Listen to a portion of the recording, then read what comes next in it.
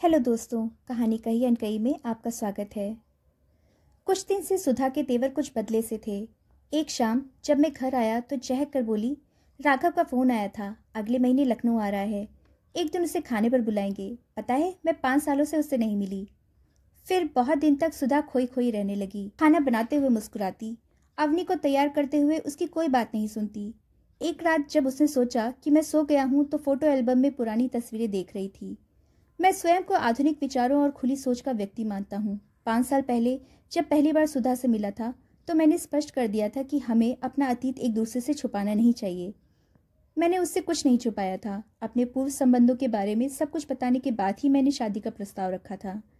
सुधा ने मुझसे कहा था कि मैं ही उसका पहला प्यार हूँ। दोस्त तो बहुत रहे हैं लेकिन बॉयफ्रेंड कोई नहीं, उसने कहा था। यह सुनकर मैं बहुत खुश हुआ था। शायद गलती मेरी भी थी कि मैंने उससे इन दोस्तों के बारे में नहीं पूछा। जल्द ही हमारी शादी भी हो गई। राघव का जिक्र उसने पहली बार एक बरसात के दिन किया था। खिड़की से बाहर देखते हुए उसने एक ठंडी सांस ली और कहा, कॉलेज में मेरा एक दोस्त था राघव, उसे भी बारिश बहुत पसंद थी। हम तो रोज छाता लाना भूल जाते थे। धीरे धीरे राघव मेरे घर में बिन बुलाए मेहमान सा हो गया। हर चर्चा, हर गतिविधि में विराजमान रहता। सुधा से अधिक कुछ कहने की हिम्मत नहीं होती। वह क्या सोचेगी कि मैं उस पर विश्वास नहीं करता, उसकी भावनाओं को नहीं समझता। एक बार अचानक मेरे मुंह से यह प्रश्न निकल गया कि उसने राघव से विवाह क्यों नहीं किया, तो फूट पड़ी थी। तुम ऐसा कैसे सोच सकते हो? राघव मेरा अच्छा दोस्त था, प्रेमी नहीं। तुम उससे मिले भी नहीं हो, फिर भी उससे जलते हो।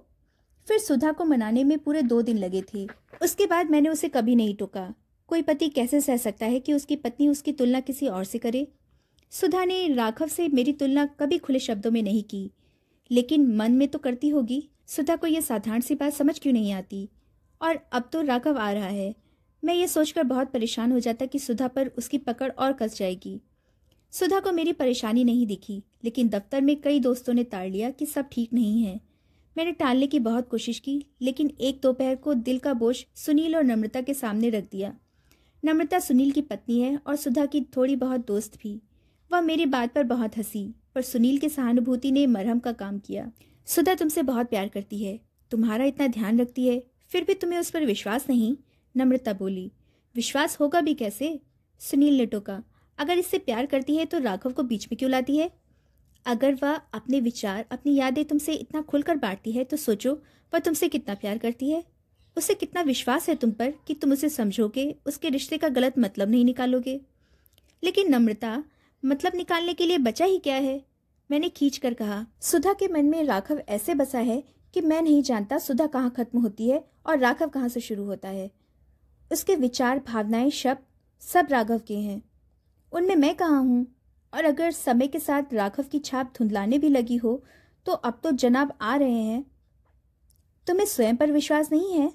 तुम्हें डर है कि सुधा तुम्हें छोड़कर चली जाएगी? पता नहीं नम्रता, पर मैं राघव के साथ रह रहकर थक गया हूँ। मैं राघव नहीं बन सकता, बनना भी नहीं चाहता, लेकिन सुधा के मन से उसकी छवि कैसे हटाऊं, समझ नहीं पा रहा।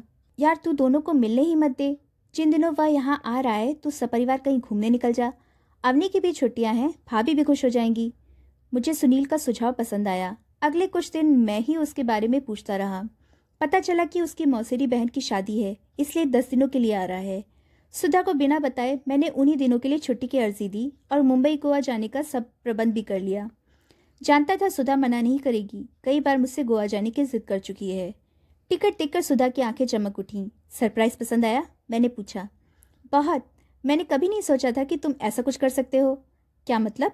तुम कहते हो ना कि तुम्हें सरप्राइज देना पसंद नहीं है। कई बार सामने वाले को पसंद ना भी आए तो भी उसे कहना पड़ता है कि अच्छा था। हाँ, मुझे पूरा विश्वास था कि यह तुम्हें अच्छा लगेगा। अगर थोड़ा सा भी संशय होता तो। जानती हूँ तुम ऐसा खतरा मोल नहीं लेते, इतना खर्चा नहीं करते, पर तुमने कभी सोचा है कि इतने प्यार से मुझे कहीं भी ले जाते तो मैं खुशी खुशी चलती? मेरे लिए इतना ही बहुत है कि तुमने मेरे बारे में सोचा, मेरे लिए कुछ करने की सोची। क्या मैं तुम्हारे लिए कभी कुछ नहीं करता? जो कुछ करता हूँ तुम दोनों के लिए ही तो है। यूँ तो मैं भी तुम्हारे लिए बहुत कुछ करती हूँ, खाना बनाती हूँ, घर चलाती हूँ, तुम्हारी हर आवश्यकता का ध्यान रखती हूँ। क्या तुम्हारे लिए यह बहुत है? क्या तुम मेरे साथ खुश हो? मैंने सुधा की ओर देखा। क्या नम्रता ने तुमसे कुछ कहा है? मैंने पूछा। नम्रता? मैं समझी नहीं। कुछ नहीं। तो क्या तुम मेरे साथ खुश नहीं हो? मैंने पैतरा बदला। पहले मैंने पूछा था। तो सुनो, मुझे तुम पर विश्वास है, लेकिन मैं तुम्हारे राघव पुराण से उकता गया हूँ। तुमने मुझसे और शायद स्वयं से भी यह बात छुपाई कि वही तुम्हारा पहला प्यार है। लेकिन राघव से मेरा ऐसा कोई रिश्ता नहीं था।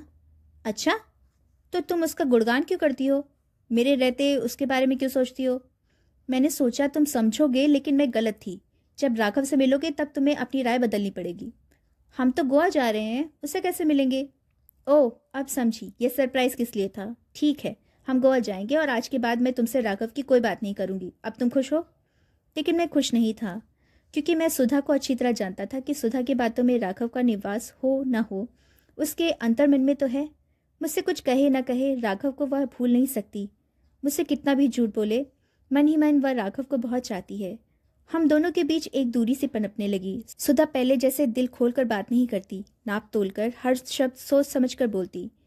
मैं उसके हाव भाव पहचानने की कोशिश करता, यह जानने की कोशिश करता कि वह राघव को कब और कितना याद कर रही है। लेकिन सुधा ने तो मानो अपने अंतर्मन के द्वार मेरे लिए बंद कर दिए। रविवार का दिन था। हम दोनों सामान बांधने में जुटे थे। मुंबई के लिए अगले दिन रवाना होना था। तभी दरवाजे की घंटी बजी। मैंने दरवाज़ा खोला तो सामने एक अजनबी को पाया। छोटा कद, सांवला रंग, बड़ी बड़ी आंखें, घुंघराले बाल, चेहरे पर मुस्कान। नमस्ते, आप विनय हैं? उसने कहा। जी, और आप? राघव, सुधा का दोस्त। शायद उसने मेरा जिक्र किया हो। मेरा दिल जोर से धड़कने लगा। मन हुआ कि कह दूं सुधा घर पर नहीं है, लेकिन अंदर से अवनी और उसकी बातचीत सुनाई दे रही थी। मैंने सिर से पांव तक राघव को देखा। उतना आकर्षक नहीं था जितना मैंने सोचा था। साधारण सी शर्ट और पैंट में तो बहुत ही मामूली दिख रहा था। आइए बैठिए, मैं सुधा को बुलाता हूँ, मैंने कहा। मुड़कर देखा तो सुधा कमरे में आ रही थी। राघव पर नजर पड़ी तो भाग कर आई, फिर मुझे देखकर रुक गई। भरी हुई आंखें नीची करके बोली, कैसे हो राघव? मैं ठीक हूँ, तुम कैसी हो? मैं भी ठीक हूँ। बहुत दिनों से तुमने फ़ोन नहीं किया, स्वाति पूछ रही थी। उसे साथ नहीं लाए? उसे छुट्टी नहीं मिली, कुछ दिन बाद आएगी। सुधा राघव से मेरा परिचय कराकर रसोई में चली गई। मौका अच्छा है, मैंने सोचा। सुधा तो मुझे कुछ बताती नहीं, क्यों ना राघव से ही इनके रिश्ते की असलियत जानी जाए। आप और सुधा कॉलेज में सहपाठी थे? जी, बीए और एमए दोनों में। सुधा अक्सर आपकी बातें करती है। हाँ, हम बहुत अच्छे दोस्त हैं। दोस्ती में आभार शब्द अच्छा नहीं लगता, लेकिन सच तो यही है कि सुधा ने मेरे लिए बहुत कुछ किया है। अच्छा, उसने कभी बताया नहीं मुझे। उसका दिल बहुत बड़ा है, मदद करके भूल जाती है। पर ऐसा क्या किया उसने? तभी सुधा चाय लेकर आ गई। चाय नाश्ते के साथ इधर उधर की बातें हुई। सुधा और राघव अपने पुराने दोस्तों की खोज खबर एक दूसरे को बताते रहे। राघव यह जानकर कुछ निराश हुआ कि वह हमसे दोबारा नहीं मिल पाएगा। एक दिन जल्दी आ गया, इसलिए मुलाकात संभव हुई। कुछ देर बाद राघव ने विदा ली और सुधा उसे बाहर तक छोड़कर आ गई। अंदर आकर वह चाय का सामान समेटने लगी। तो यह है तुम्हारा राघव, कैसा लगा तुम्हें? उसने थोड़ी ऊंची आवाज में पूछा। एक मुलाकात के बाद क्या कहूँ, बहुत मिलनसार दोस्ताना किस्म का लगा। जैसा तुम सोच रहे थे वैसा नहीं था। नहीं, बिल्कुल नहीं। राघव कह रहा था कि वह किसी बात के लिए तुम्हारा आभारी है। दोस्त तो एक दूसरे के लिए बहुत कुछ करते हैं, एक तरह से तो मैं भी उसकी आभारी हूँ। पहले मत पूछो सुधा, मुझे पूरी बात बताओ। क्यों, क्या करोगे जानकर? तुम्हें तो राघव के नाम से चिढ़ हो गई थी ना, फिर इतनी उत्सुकता क्यों? प्लीज सुधा, मैं जानना चाहता हूँ। कुछ पल सोचकर सुधा बोली, राघव की एक गर्लफ्रेंड थी, पारुल। राघव उसे स्कूल से जानता था, बहुत सुंदर थी, बहुत लड़के दीवाने थे उसके। लेकिन उसने राघव को ही चुना और 2 साल तक दोनों साथ थे।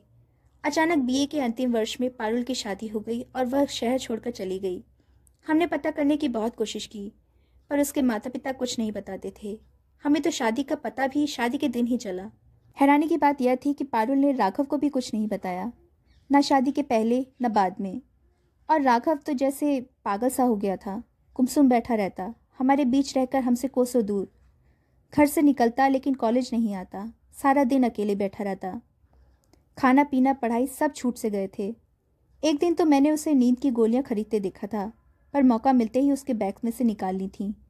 लेकिन उस दिन मैं बहुत डर गई थी। राघव को इस दर्द के दलदल से कैसे निकालूं, समझ नहीं पा रही थी। मैंने नाम बदलकर पत्रिकाओं में राघव की समस्या लिख भेजी। सलाह मिली कि राघव से बात करनी चाहिए, उसके मन की पीड़ा को बाहर आना चाहिए, फिर धीरे धीरे उसकी रुचि जगाई जा सकती है। फिर भी बात ना बने तो मनोवैज्ञानिक की मदद लेनी चाहिए। मैं राघव का मन खोलने की कोशिश करने लगी। उससे बात करती रहती थी। सुबह उसे लेकर कॉलेज जाती थी, शाम को घर छोड़कर वापस आती थी। धीरे धीरे वह अपना दर्द मुझसे बांटने लगा। उसके मन का तूफान शांत होने लगा। फिर एमए में उसकी भेंट स्वाति से हुई। अब दोनों की शादी को 3 साल हो गए हैं। तुम उसके इतने करीब थी, फिर भी तुम दोनों में प्रेम नहीं हुआ? विनय, उन दिनों राघव को प्रेम से अधिक दोस्ती की आवश्यकता थी। और तुम्हें? मुझे? मैंने उसकी मदद की क्योंकि उसे देखकर मुझे बहुत दुख होता था। गुस्सा भी आता था कि इतना मेधावी और प्रतिभाशाली व्यक्ति क्यों अपने सपनों को छोड़ रहा है। राघव का भविष्य सुनहरा होगा, सब जानते थे। वह सबसे बहुत अलग था, हम सबसे कहीं आगे था। मैं उसे अपना जीवन होम करते नहीं देख सकती थी। क्यों नहीं देख सकती थी? तुम क्या सुनना चाहते हो कि मुझे राघव से प्रेम था? इन सब के पीछे कुछ भावना तो रही होगी, कह नहीं सकती क्या थी। अगर राघव ने कभी शादी का प्रस्ताव रखा होता तो मैं मना नहीं करती। हर औरत चाहती है कि उसका पति उसका सबसे अच्छा दोस्त हो, लेकिन मैंने कभी राघव को जीवन साथी बनाने का सपना भी नहीं देखा। शायद मैंने उतनी दूर तक उस समय सोचा ही नहीं। जीवन के एक मोड़ पर मेरे दोस्त को मेरी आवश्यकता थी, सो मैंने दोस्ती निभाई। इससे हमारा संबंध और गहरा हुआ। शायद इसलिए आज भी जब बहुत दोस्तों का साथ छूट चुका है, राघव ने साथ नहीं छोड़ा। हम अपने जीवन के बारे में एक दूसरे को बताते हैं। वह अपने काम के बारे में बताता है, मुझे उसमें उसके लेखन में रुचि है, इसलिए मैं उसकी बातें तुमसे करती हूँ। तुमने मुझे ये सब पहले क्यों नहीं बताया? तुम्हें लगता है कि मैं सफाई देकर कुछ छुपाने की कोशिश कर रही हूँ? फिर राघव के जीवन की इतनी बड़ी बात मैं उसकी अनुमति के बिना तुम्हें नहीं बताना चाहती थी। मैं यह उम्मीद भी कर रही थी कि राघव से मिलने के बाद शायद तुम्हारी राय बदल जाए। तो तुम्हें पता था कि वह आ जा रहा है? हाँ, सरप्राइज कैसे तुम दे सकते हो? सुधा मुस्कुराई। मैंने हंसकर उसे गले लगा लिया। हमारी यात्रा सुखद होगी, मुझे विश्वास हो गया था। तो दोस्तों, आपको कहानी कैसी लगी कमेंट करके ज़रूर बताइएगा। वीडियो को पूरा देखने के लिए बहुत बहुत धन्यवाद। कहानी पसंद आई हो तो वीडियो को लाइक शेयर करें और चैनल को सब्सक्राइब करें।